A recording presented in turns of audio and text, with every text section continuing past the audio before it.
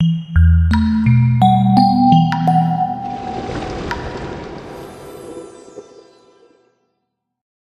meilleur souvenir de l'eau, c'est sûrement sur le lac Baïkal, que les Sibériens d'ailleurs appellent la mer Baïkal, eu égard à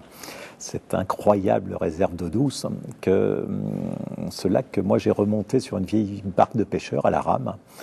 Et l'eau est tellement transparente parfois qu'on a l'impression d'être sur de l'air, qu'on n'a pas l'impression d'être sur de l'eau. Ce que je veux dire, c'est que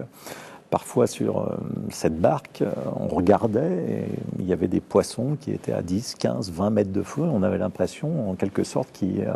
volaient plus qu'ils nageaient, tellement c'était transparent. Une limpidité extraordinaire. Cette transparence, on l'a retrouvée ensuite en hiver, avec une histoire que je raconte souvent, qui est celle de ces petits villages où les gens, notamment les vieilles femmes, les femmes vont chercher sur le lac des blocs de glace pour fabriquer de l'eau, blocs de glace qu'elles ramènent ensuite dans leur cabane, blocs de glace qui est ensuite mis à fond dans des récipients faits pour sur des poêles à bois, et une eau qui du coup reprend sa véritable valeur en quelque sorte, parce que je crois qu'aujourd'hui, lorsque l'eau provient du robinet,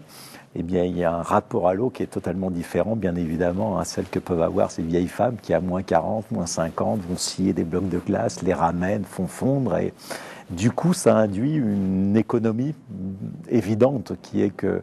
lorsqu'on a ramené, fabriqué ainsi de l'eau, eh bien évidemment, lorsqu'on se brosse les dents, on n'utilise pas 3 litres d'eau et on ne laisse pas couler le robinet. Et je crois que ça, c'est quelque chose d'important.